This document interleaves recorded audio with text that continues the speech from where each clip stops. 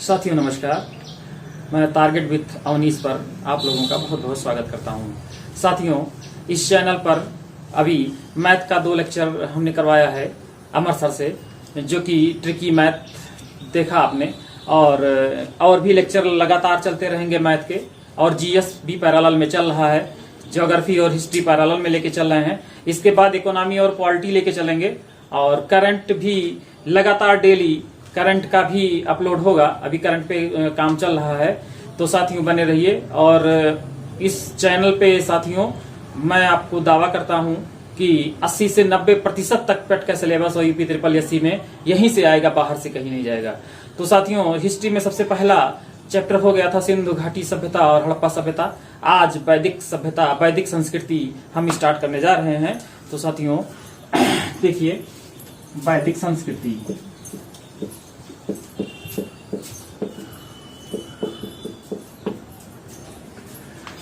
वैदिक संस्कृति पूर्णतः ग्रामीण संस्कृति थी। यह हड़प्पा और ये हड़प्पा सभ्यता से पूर्णतः भिन्न सभ्यता थी। इसलिए इस सभ्यता को डेवलप होने, इस संस्कृति को बहुत सारे विद्वान ये भी मानते हैं कि यह सभ्यता बाहर से आई है। मूलतः यह सभ्यता आर्य संस्कृति भी कहते हैं इस सभ्यता को। तो आर्य कहाँ से आए, इस बात के लिए कई विद्वानों का कई मत है। तो जैसे मैक्स मूलर और स्टाइन महोदय कहते हैं यह सभ्यता मध्य एशिया से आया हुआ है। लेकिन कुछ भारतीय जैसे दयानंद सरस्वती तिब्बत बताते हैं, और तिलक महोदय यहाँ बताते हैं उत्तरी ध्रुव से जो है वैदिक संस्कृति आई। तो अभी इस बात का डिबेट है कि वैदिक संस्कृति कहाँ से आया। तो बाल गंगाधर तिलक और दयानंद सरस्वती ये ज्यादा इंपॉर्टेंट है। बाल गंगाधर तिलक जो उत्तरी ध्रुव बताते हैं, दयानंद सरस्वती जो बताते हैं तिब्बत। और हालांकि प्रतीत मतलब और कई लोग विद्वान और चीज कहते हैं। आज मैं लेक्चर ही लूंगा और अगले दिन मैं इस पर लिखूंगा और आप लोगों को कॉपी भी करवाऊंगा। स्क्रीनशॉट लीजिएगा, और स्क्रीनशॉट लेने के बाद ये 2 लेक्चर में हम खत्म कर पाएंगे, क्योंकि यह सभ्यता एक 1500 से लेके और 600 ईस्वी पूर्व तक चलती है, जिसमें 1500 से लेके 1000 ईस्वी पूर्व तक इसको हम कहते हैं वैदिक सभ्यता या ऋगुवैदिक काल। ऋगुवैदिक काल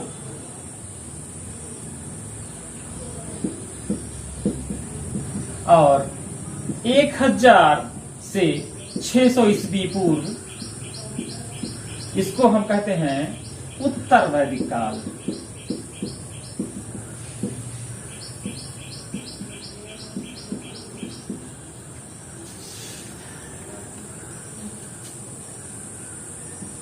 जैसा कि इसके नाम से हम देख रहे हैं ऋगुवैदिक काल, यह पूरे का पूरा वैदिक संस्कृति ही वेद से इसका इतिहास लिखा गया है, वेदों से इसका इतिहास लिखा गया है।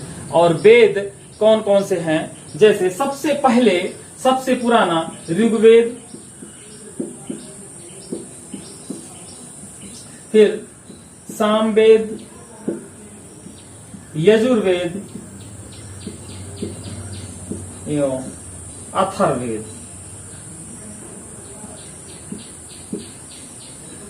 इन तीनों वेदों को त्रिशई मतलब त्रिदेवई कहते हैं, मतलब त्रिवेद से मतलब है। और बाद में अथर्ववेद जो है जोड़ा गया है। तो ऋग्वेद में हम देखते हैं कि ऋग्वेद को पढ़ने वाला वक्ता या पुरोहित कौन कौन से हैं। तो ऋग्वेद सबसे पुराना है, और यह ऋग्वेद में 10 मंडल है, और इसको पढ़ने वाला जो व्यक्ति है, पुरोहित है, वह है उद्गार या उद्गायता, नहीं सॉरी,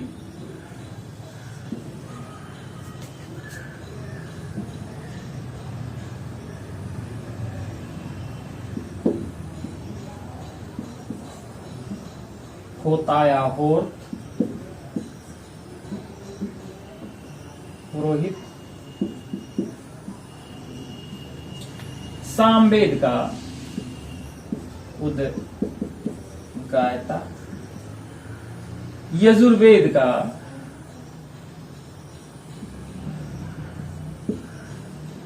धर्यु और अथर्ववेद का ब्रह्मा निरीक्षण करते हैं।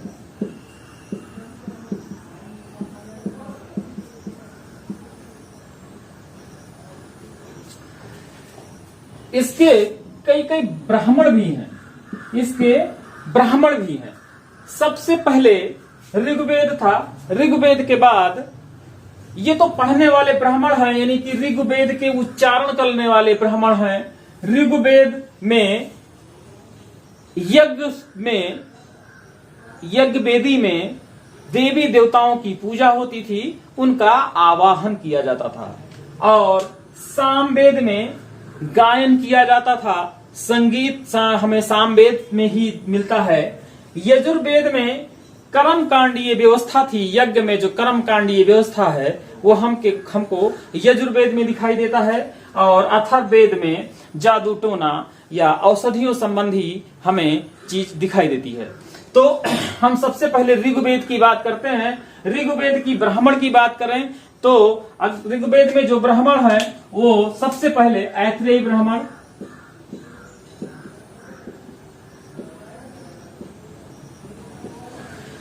सामवेद के जो ब्राह्मण हैं वह हैं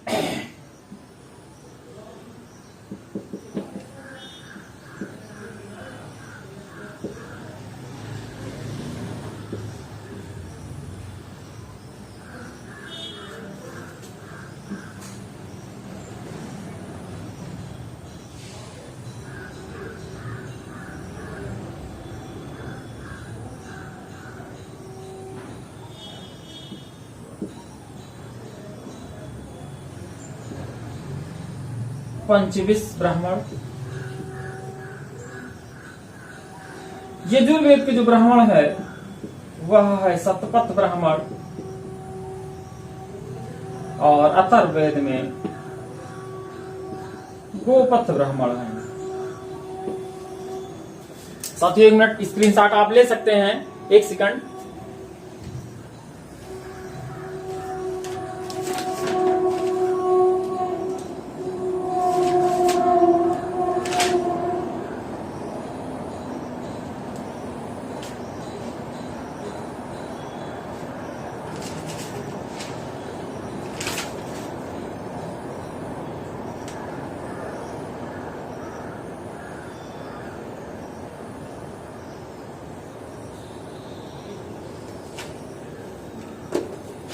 साथियों इसका स्क्रीनशॉट ले लीजिए, अब ले चुके होंगे। अब इसको हम मिटा दे रहे हैं।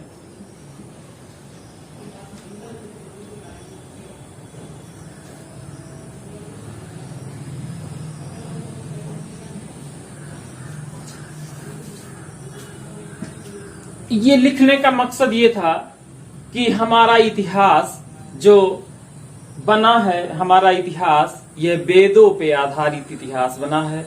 पहला ऋग्वेद से संबंधित, ऋग्वेद में 10 मंडल और 1028 इस सूक्तियां मिलती हैं। और उसके बाद एक इसकी ऋग्वेद अगर हम लिखें कि हमें किस प्रकार समय अनुसार इसमें हमको देखा गया, तो सबसे पहले वेद है जो ऋग्वेद, सामवेद, यजुर्वेद और अथर्ववेद है। वेद के बाद हम देखते हैं ब्राह्मण देखते हैं, ब्राह्मण के बाद उपनिषद देखते हैं। उपनिषदों की संख्या 108 है, उपनिषदों की संख्या 108 है। उसके बाद उपनिषद के बाद आरण्यक देखते हैं जो जंगल में लिखा, आरण्यक मतलब जंगल में जो बातें लिखी गई, बोली गई वो आरण्यक है। फिर उसके बाद वेदांग है, वेदांग जो वेदों को समझने के लिए वेदांग 6 है, वेदांग 6 है। तो उन 6 वेदांग से हम समझते हैं कि हम वेदों को समझने के लिए वेदांग लिखा गया है। अभी हम वेदांग की बात करेंगे, अभी हम वेद की ही बात कर रहे हैं। तो वेद में सबसे पहले ऋग्वेद, तो ऋग्वेद में बहुत सारी बातें लिखी गई हैं ऋग्वेद में, जैसे कि ऋग्वेद के तीसरे मंडल में गायत्री मंत्र का बहुत इंपॉर्टेंट है। तीसरे मंत्र में जो गायत्री मंत्र लिया गया है, जिसके निर्माता विश्वामित्र जी हैं, ये तीसरा मंडल ये है। ऐसे ही जैसे ऋग्वेद का 9वां मंडल सोम को समर्पित है, जो बृहस्पति। दूसरी बात, यह ऋग्वैदिक काल में अगर हम इसका समाज देखें, इसका राजनीति देखें, इसका आर्थिक व्यवस्था देखें, तो ऋग्वैदिक काल से भिन्न हमको उत्तर वैदिक काल में दिखता है। तो हालांकि पूरा वैदिक संस्कृति मैंने बताया था ग्रामीण संस्कृति थी, तो अगर हम इस वेद के अनुसार ऋग्वेद की सामाजिक व्यवस्था देखें तो उसमें हम देखते हैं कि यहाँ समता मूलक समाज देखने को मिलता है। सभा समिति इत्यादि में विदत संस्थाएं जो थी, जहाँ पे प्रत्येक व्यक्ति को, जिसमें महिलाएं और पुरुषों को भी इजाजत थी, वहां पे सदस्य, वहां पे महिलाएं और पुरुष दोनों होते थे। दूसरी बात, अगर हम ऋग्वेद में देखें तो ऋग्वेद सिंधु नदी के आसपास, सप्त सैंधों के आसपास ये ऋग्वेद के लोग रहते थे, इसलिए सिंधु नदी सबसे महत्वपूर्ण नदी वहां की है।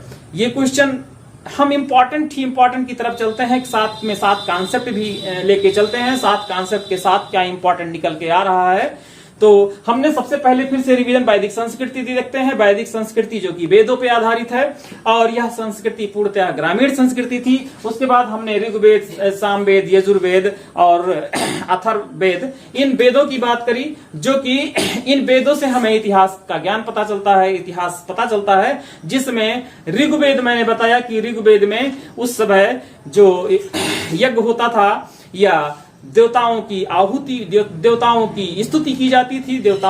देवताओं की स्तुति करने वाला जो देवता होता है अहोर्त जो है, वो ऋग्वेद में बताया। उसके बाद सामवेद में गायन होता था, उद्गायता इसके पुरोहित थे, और यहीं पे संगीत की उत्पत्ति हुई। और उसके बाद हम देखते हैं यजुर्वेद यज्ञ कर्मकांडीय व्यवस्था, यज्ञ में जो कर्म कांड होता है वो देखते हैं, जिसमें अधार्यु उसके पुरोहित थे।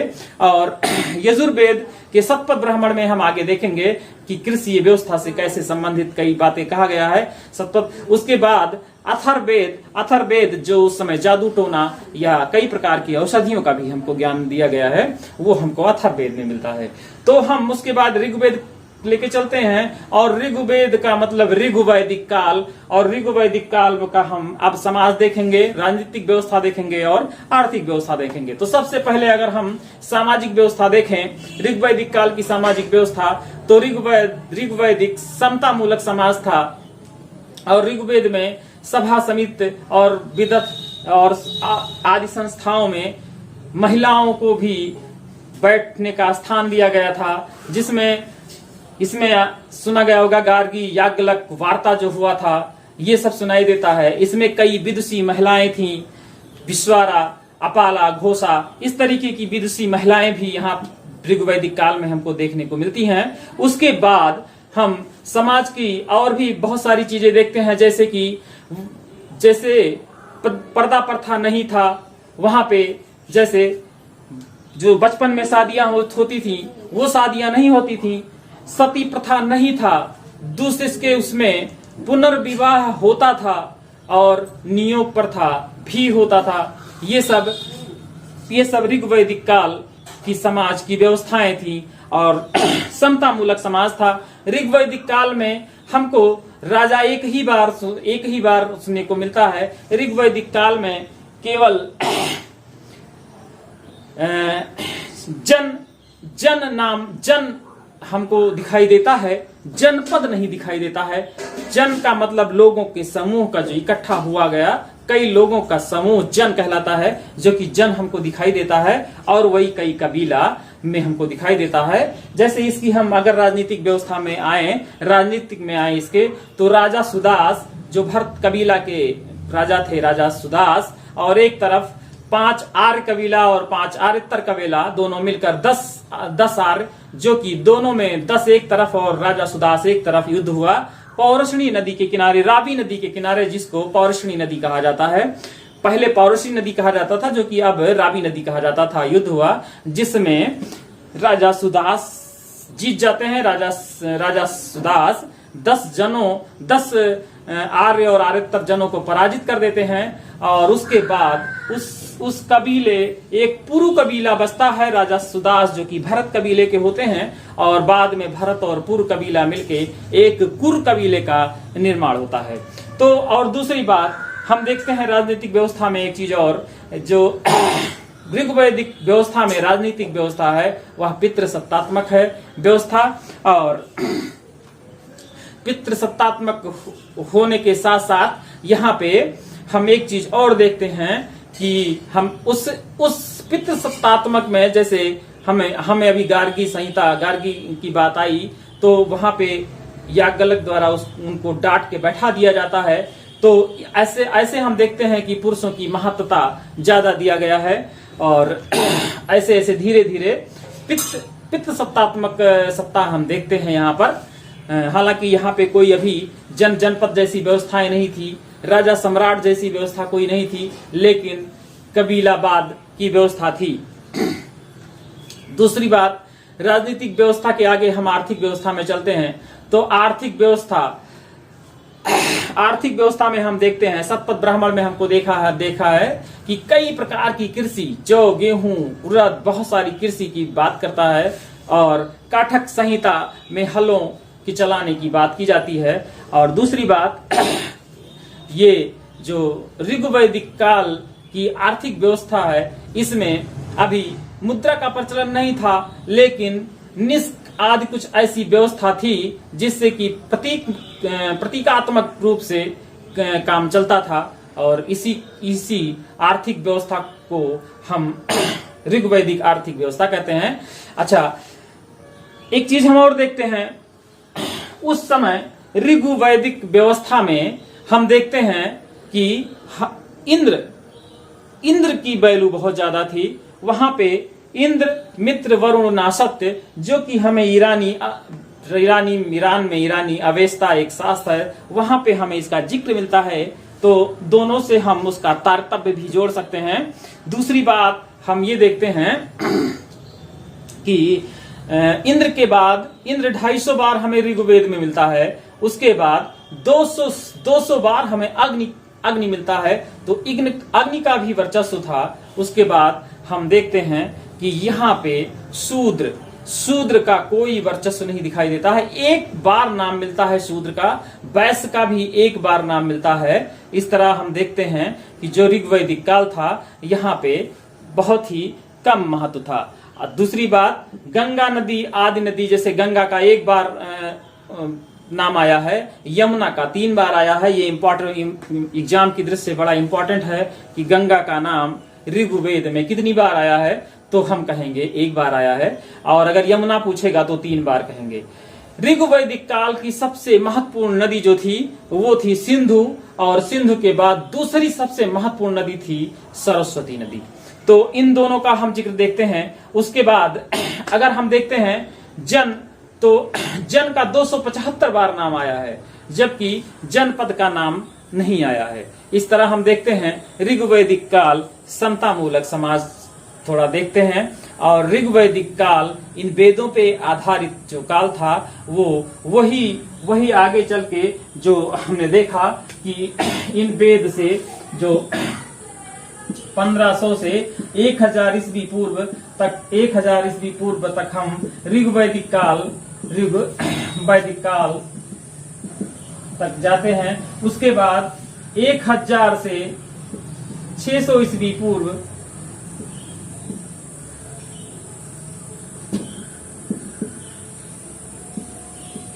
हम उत्तर वैदिक काल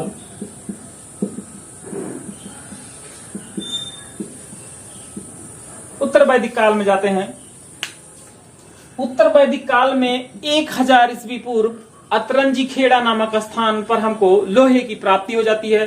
लोहे की प्राप्ति से बहुत अचानक चेंज होता है। लोहे की प्राप्ति होने के बाद 2-3 बदलाव देखने को मिलता है। एक तो लोहे से जंगलों को साफ करने का साधन मिल जाता है, जैसे कुल्हाड़ी या इस तरीके से हथियार मिल जाते हैं। दूसरा, लोहे से हमको युद्ध करने के लिए तलवार, भी मिल जाता है, जिससे युद्ध करना आसान, भाला तलवार आदि बनाने में आसानी हो जाती थी। और तीसरा, लोहे के मिलने के बाद हल चलाने और खेतों में गहराई से जुताई होने के बाद जो उपजाऊ अनाज का उत्पादन होता था वो ज्यादा होता था। इस प्रकार हम देखते हैं उत्तर वैदिक काल में लोहे के मिलने के बाद अचानक संस्कृति में थोड़ा सा चेंज आता है। ये ऋग्वेद के ऐतरेय ब्राह्मण के में हम देखते हैं कि 4 वर्णों का जिक्र हम देखते हैं, जिसमें ब्राह्मण मुख से ऊपर वाले भाग से, सिर से, और क्षत्रिय बाहों से, और वैश्य पेट से, और शूद्र पैरों से। तो हम देखते हैं इस तरह हम इनका डिवीजन करते हैं, इस तरह हमें बंटवारा मिलता है। ऐतरेय ब्राह्मण में हमें 4 वर्णों का जिक्र प्राप्त होता है, बहुत ही इंपॉर्टेंट है।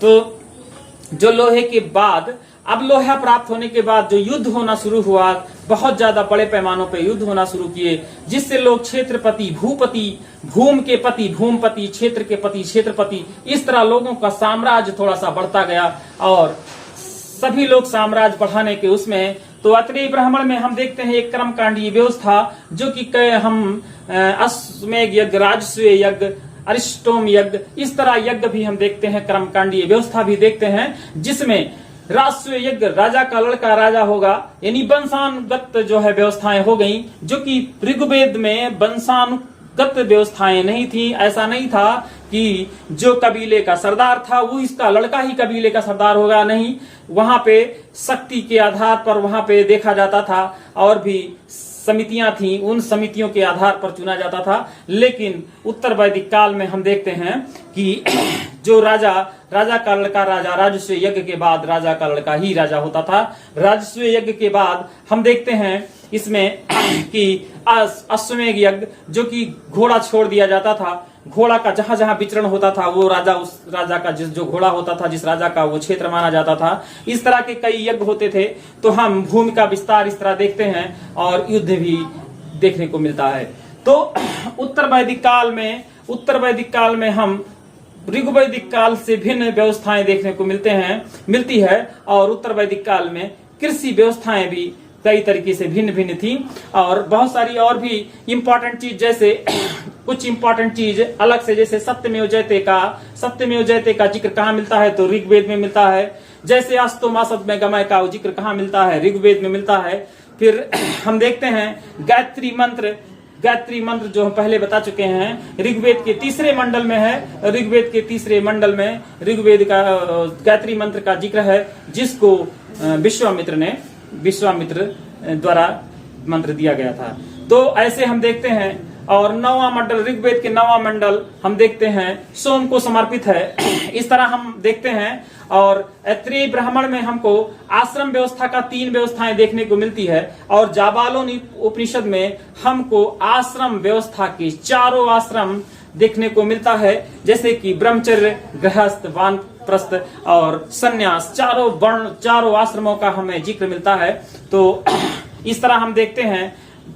बृहदारण्यक उपनिषद में हम देखते हैं गार्गी और याज्ञवल्क्य, जो हम देखते हैं बृहदारण्यक उपनिषद। उसके बाद हम कई एक देखते हैं, कई एक चीजें, जैसे अथर्ववेद में कुछ चीजें कही गई हैं। अथर्ववेद में सभा और समिति को अथर्ववेद की 2 पुत्रियां कहा गया है। इसी तरीके से अथर्ववेद में मगध के क्षेत्र को प्रात्य क्षेत्र कहा गया है। तो ये सब इम्पोर्टेंट है, इम्पोर्टेंट की दृष्टि से बहुत है। कल हम इसका एक और वीडियो लेंगे, उसमें इम्पोर्टेंट लिख के आपको इम्पोर्टेंट देंगे, फैक्ट देंगे। और उसके बाद हम ये जो वैदिक संस्कृति है, वैदिक संस्कृति यही समाप्त करके फिर अगले चरण में वैदिक संस्कृति के आगे बौद्ध धर्म और जैन धर्म दोनों एक साथ खत्म होंगे। उसके बाद मौर्य काल आएगा। तो अभी वैदिक संस्कृति यहीं तक रोकते हैं। आगे मित्रों बहुत ही जल्दी हम करंट समसामयिकी आपके साथ होंगे, समसामयिकी के साथ आपके साथ होंगे, और मैथ का जो है वो चलता रहेगा। और कल का मैथ का क्लास कैसा लगा, और साथ में साथ ये भी जरूर कमेंट करिएगा साथियों मित्रों की जरूर कमेंट करिएगा कि हम मैथ का क्लास चलवा रहे हैं तो कैसा लगा और मेरा जो समझ में आ रहा है कि नहीं समझ में आ रहा है। एग्जाम के नाते हमको बहुत तेजी से भगना पड़ रहा है, तो हमें कई दो एक इम्पोर्टेंट फैक्ट बीच में छूट भी जा रहा होगा, लेकिन मैं जो छूट जा रहा है अगले दिन उसको हम जरूर पूरा करते हैं। तो इसलिए एक टॉपिक का 2 वीडियो हम बनाते हैं, तो इसको जरूर ध्यान में रखिएगा कि निरंतरता बनी रहे आप लोगों द्वारा। और साथियों, आप लोगों का साथ मिला इसके लिए मैं बहुत आभारी हूं आप सबका। साथियों नमस्कार, जय हिंद।